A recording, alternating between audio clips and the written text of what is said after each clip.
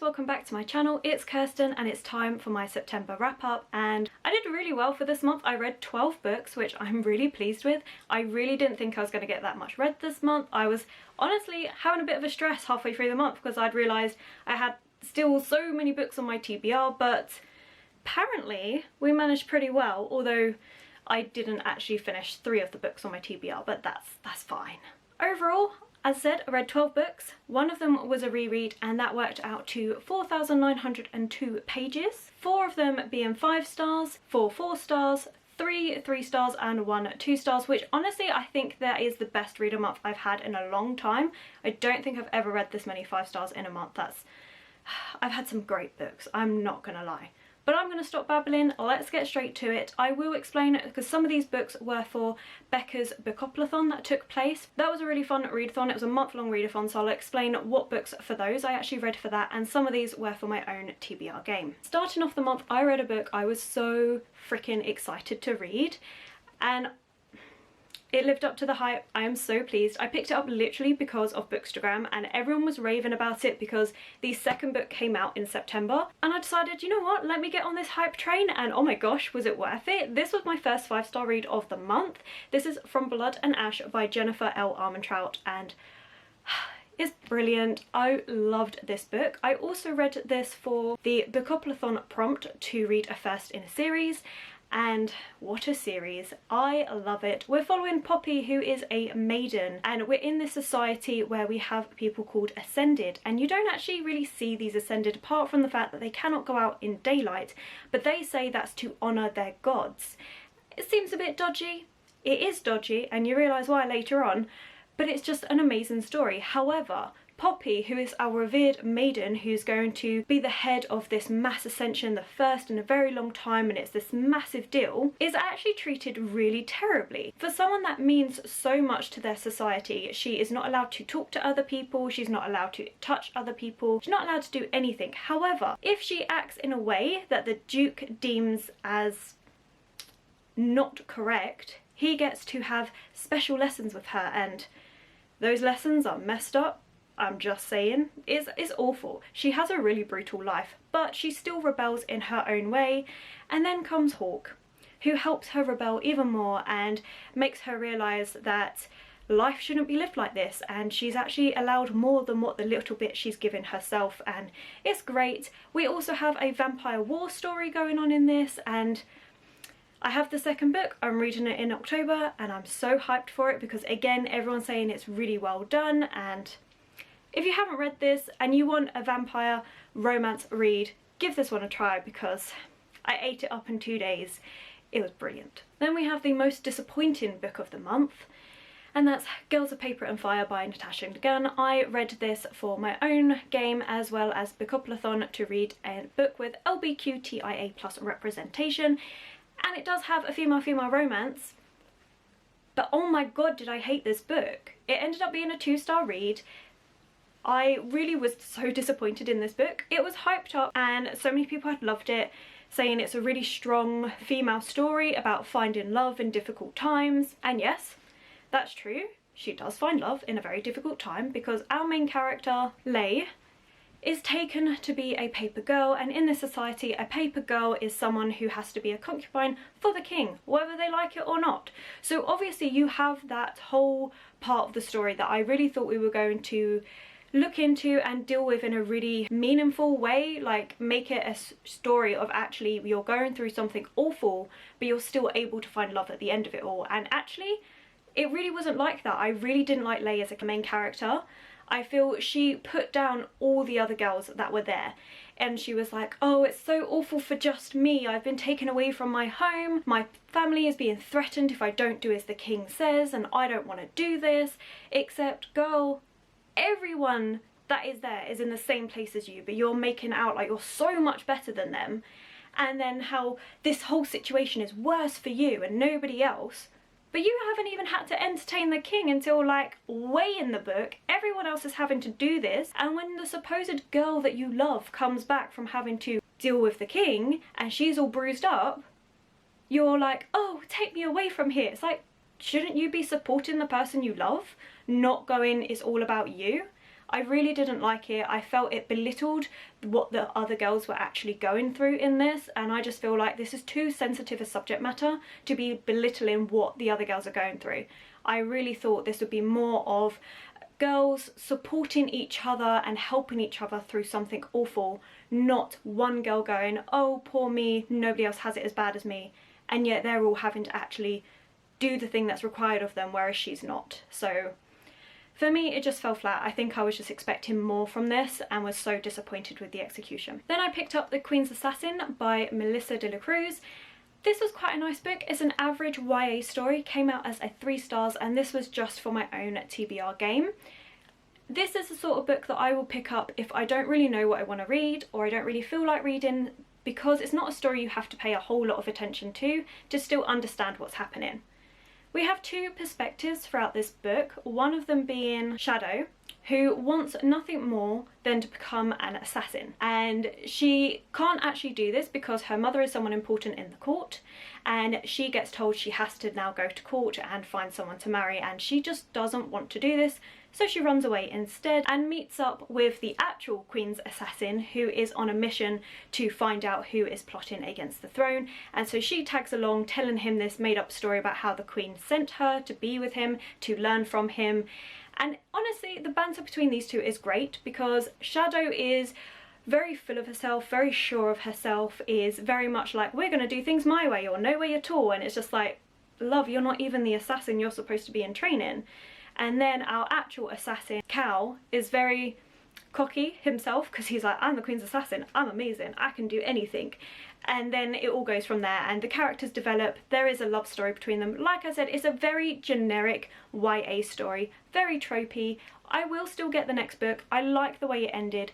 Was it predictable? Very much so, but I do like these sort of books to break up heavy series, especially the high fantasy series, or in this case, I've just read a very disappointing book and I need something that's just going to be predictable but good and just simple. Then we got into my absolute favourite week of the month, because I read so many good books, and that started off with my prompt for reading a middle grade for Bookuplathon, Sailor Moon Volume 1.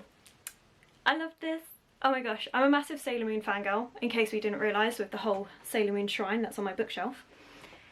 But I loved it. It was absolutely great. It just took me back to my childhood, and watching the TV series, I used to get home and be so excited for each new episode that was coming out, and now I'm reading it and it's just, I finished it and I literally was just like, I just want to read more. I just don't want to stop. And my partner even found it on the internet so I could actually watch a couple of the episodes, and it's just, it's great. I love it. It's just so 90s cheesiness, but brilliant. I loved it. It was just, yeah, it was a great time. I loved reading this so much. I didn't want it to end. I deliberately read it very slowly because I'm like, I just don't want you to end. Like, this is so good. I loved it. For those of you that don't know what Sailor Moon is, please look at it. Like, it's amazing. But we are following our main character, Usagi, and she is approached by this cat called Luna, who tells her she is actually one of the sailor guardians of the moon, and we have different sailor guardians for different planets, and she has to fight evil as well as finding the companions that will help her to do this.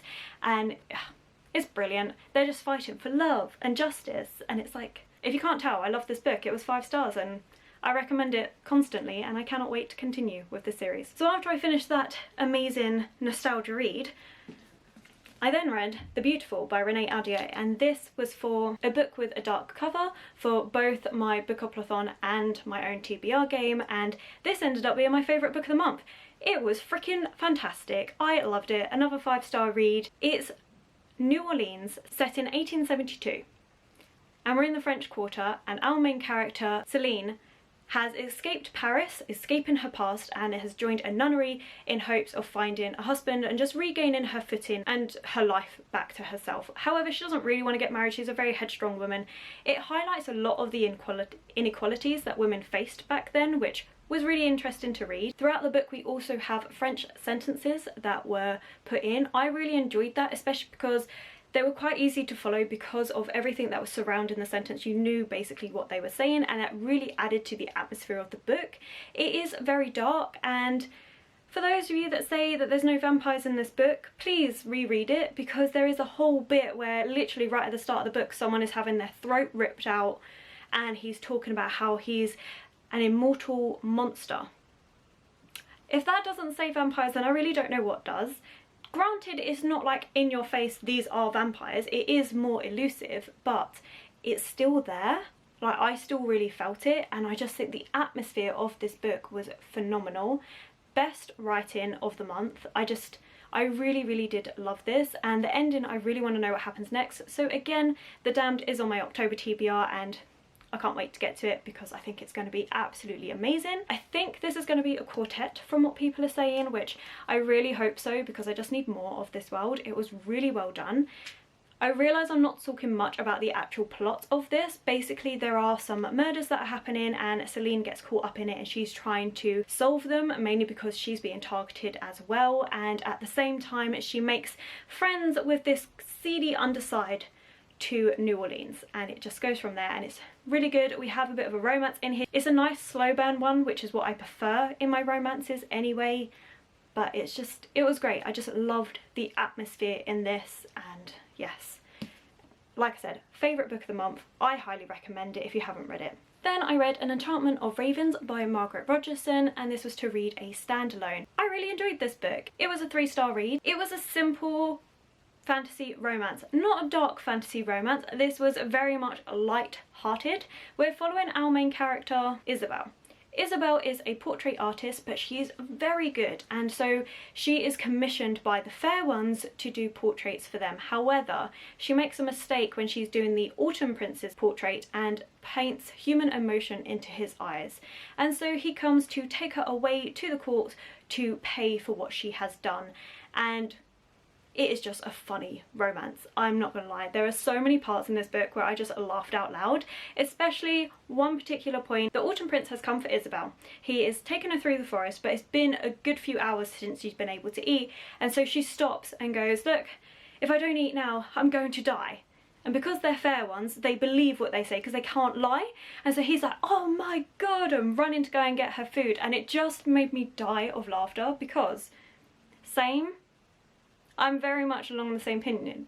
If I don't eat, I will die. That simple. I'm that over dramatic about it when I'm hungry, and it was just seeing it in this book. It was just hilarious.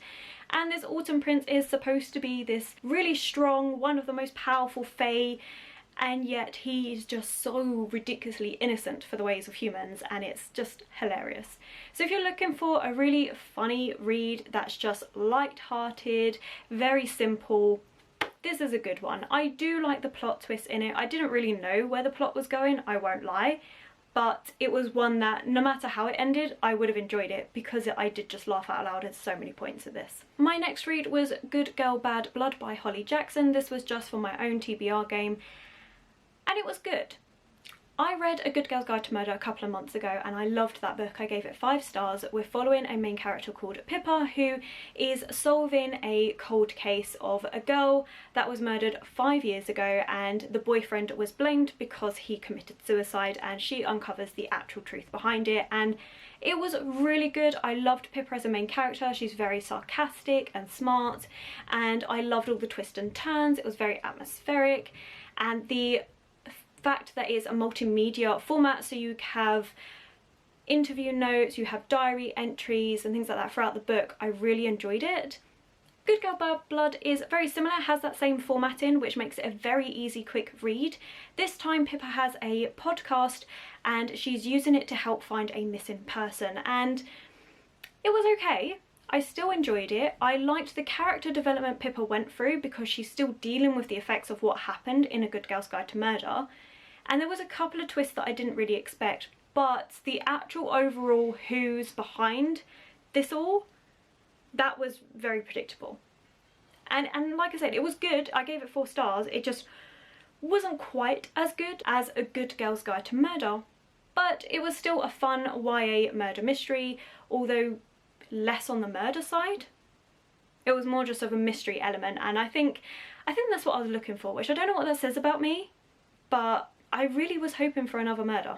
But there we go. Then I picked up Vicious Spirits by Kat Cho. This is the second book after Wicked Fox.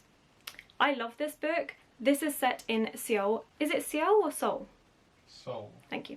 This is set in Seoul, South Korea, and the mythology and everything that you get from it is so immersive. I really love the setting of it. You really feel like you are in South Korea, especially because they use words to refer to each other as they would in South Korea, which I really liked.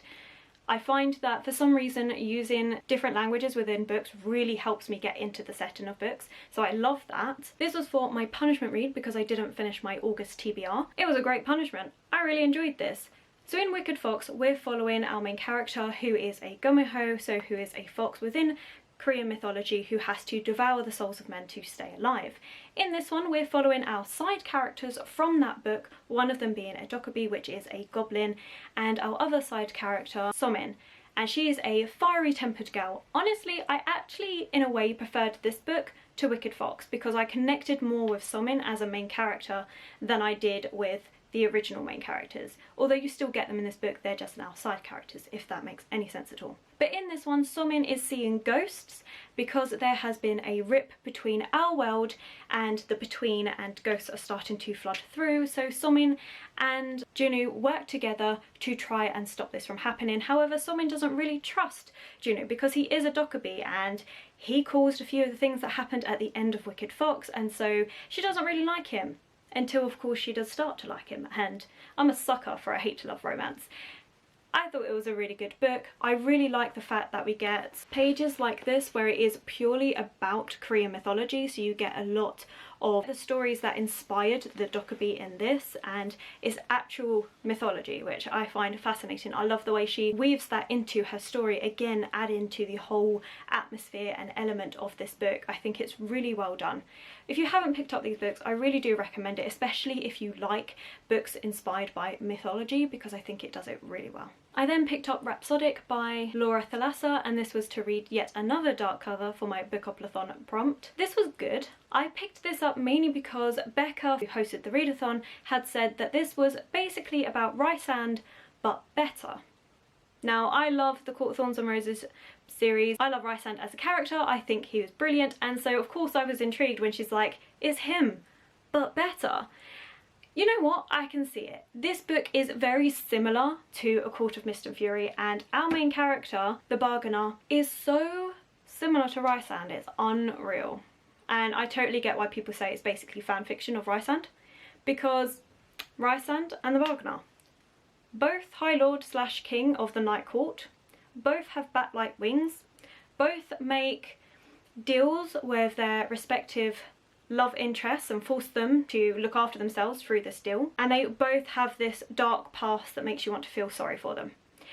They're basically the same character, I won't lie. However, I do like the fact that our main character, Calypso, or Callie for short, is a siren. I really like that. I like the way that she depicts sirens within this world. I think it's really well done.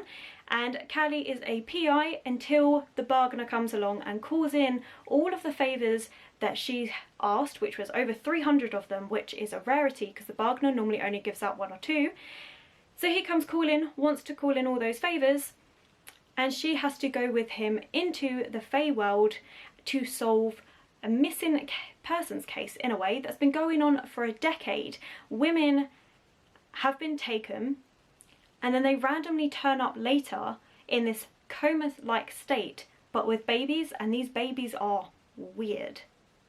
So it's an interesting story in terms of who's behind this, what's causing the mystery, but I have to admit it's just not as good as A Court of Mist and Fury for me, probably because I read that one first and I found elements of this just too similar. I do like Callie as a main character. I also think Temper, one of the side characters in this, freaking hilarious. I thought she was brilliant. Is this a series I'm going to rush to finish? Not really. I might pick it up occasionally, but in all honesty I think I would just rather read the A Court of Thorns and Roses trilogy. Then I picked up Kingsbane by Claire Legrand. This is the second book in the Emporium trilogy, and I read this for a book set in the past. I love this book. Oh my gosh, the third book is coming out. I should be receiving it in November because it's a bit later in the UK, and I can't wait. I love this book. I think it's brilliant. This trilogy so far has been absolutely amazing. We're following two different timelines, one set in the past where we're following Riel, and one set in the future where we're following Elena. Now we know how Riel's story is going to end because in the very first book, first chapter shows you the end of Riel's storyline and the start of Elena's storyline. Riel's storyline is fascinating to me. She is an elemental, the strongest they've ever seen, and they turn around and say to her, you have to prove to us you're in control of your power, otherwise we're basically going to kill you. How nice of them, of course. So she spends the first book having to do all these trials to prove that she is in control. However, she is also being spoken to by an angel. Now, angels in this world are evil creatures, and he's trying to convince her not to keep bowing down to what other people want. She is more powerful than them, she can do whatever she wants, and you know that she listens to him by the end of this book because of that first chapter which shows the end of her storyline. And in the second book we're slowly watching her descend into that and seeing her mindset change. And honestly, in a way I can't really blame her. You're being forced into something that you don't want to do because of a power that you didn't choose to have. And so I can completely understand it. I see how she's been pushed too far in places. Do I think she's right at all times? No, but I do think she's a brilliantly morally grey character, and I really do like the slow descent that we get from her. I think it's really well done. Then in the second storyline we have Elena, who is a mercenary, and she's working for the Emperor, who is actually an angel. And she's going around killing people that he wants killed because it's the easiest way to stay alive and bring in money for her family, until one day all of that changes. And we're still following her storyline in the second book, and then this plot twist happens right at the end and I'm like, I knew it, because I don't freaking like him. I knew something was wrong. What the hell, man? But still, I need the last book because it's gonna be brilliant. I really want to see. Part of me is still hoping that it's not really this and he's just like pretending and it's all... Either way, I think it's going to be brilliant. But there is a lot of stuff that's happening, a lot of heartbreak within this book, and we just don't know how Elena's storyline is actually going to go. And again, I'm still fascinated to see what happens with Riel because we have a bit more of her story to uncover and I really want to know what happens there. And this was a really high 4 stars, just missed off the 5-star mark. And then I ditched my TBR and gave up on Bookoplathon because I still had 4 books to read overall for both the TBRs, and I just wasn't feeling either of them, so I picked up Throne of Glass instead. And this is a reread for like the 16th time, but I love this series. This is my ultimate comfort read series. I absolutely love it. Do I know what's going to happen? Hell yes, because I've read it so many times, but I still love it. And I know a lot of people say that Throne of Glass is not Sarah J Maas' best work. However, I really enjoy this series. I think it's really well done, and I love the fact that we have so many things in the first book that ties into the very last book. I love the way that it's done, and it's just kind of slipped in there, so when you're first reading this book you don't even notice it all, and it's not until you reread it again that you're like, oh my gosh, she did things this early on. I think it's brilliant. In this book we are following Selena Sodothian, who is an assassin who now has to take part in this tournament to become the king's champion. If she does and she works for the king for 4 years, she can earn her freedom, which is something she has never had before. It's a really good book. There's a lot of unusual stuff that's happening within the castle that Selena gets caught up in, although she doesn't want to get caught up in it. She's like, please just leave me alone, I just want to do this and then be free by the end of my time. But of course things don't go that way. It's a great book. If you haven't read the series, I do recommend it. It's just another 5-star read, but it was a reread, so I knew it was going to be 5 stars. And the final book I read for the month is The Furies by Katie Lowe. This was a bit disappointing for me. It came out as a 3-star. This was on my TBR game. Honestly, I had more high hopes for this book than what actually happened. It's supposed to be this very dark academia occult themes book, and we do get that in some parts. We're following Violet, who is our main character, and she's going to this prestigious school to take her exams before going off to university, and instead gets caught up in this occult group. That's all very interesting. I like the history that we get about women, how they're persecuted during the witch trials, and some of the rituals that the girls even take part in are very creepy, although trigger warnings, so check those out because there is quite a few of them within this book. However, there is another side to this book that I just didn't enjoy, and that is our side character Robin. Violet is a person who's never really had friends before and desperately wants to make friends with the group of girls that she's seen, which is Robin and her friends. And Robin uses this and ends up peer pressuring Violet into doing things that she wouldn't normally do, and it's not a nice relationship. She classes herself as a best friend, but she's not actually. I just think it's more bullying than anything else. I really just don't like her as a character, and I had to read so much of it, as well as the fact that we have some really pointless parties in between all the occult things that were happening. That was just, I didn't really see the point of them being in there. It didn't really add anything to the story.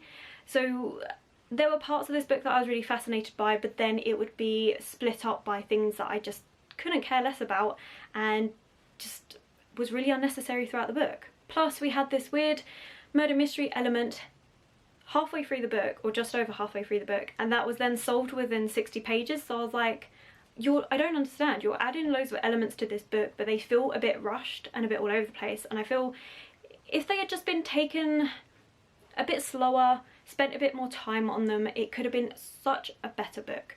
Overall, it ended up as a 3 stars because it was just an average read. There were some good points to it that I really found fascinating, but overall there were so many parts that I really had to push myself to finish this book. So there we have it, my 12 books for September. I really enjoyed my month overall. I think I've had quite a decent reading month. I'm hoping October is just as good because I have some really exciting books on there, but we'll see. Do let me know what your favourite book of the month has been in September. And if you have enjoyed this video, don't forget to give it a thumbs up and subscribe. All my social media links to my Instagram, Goodreads and Twitter will be linked below, and I'll catch you in the next video.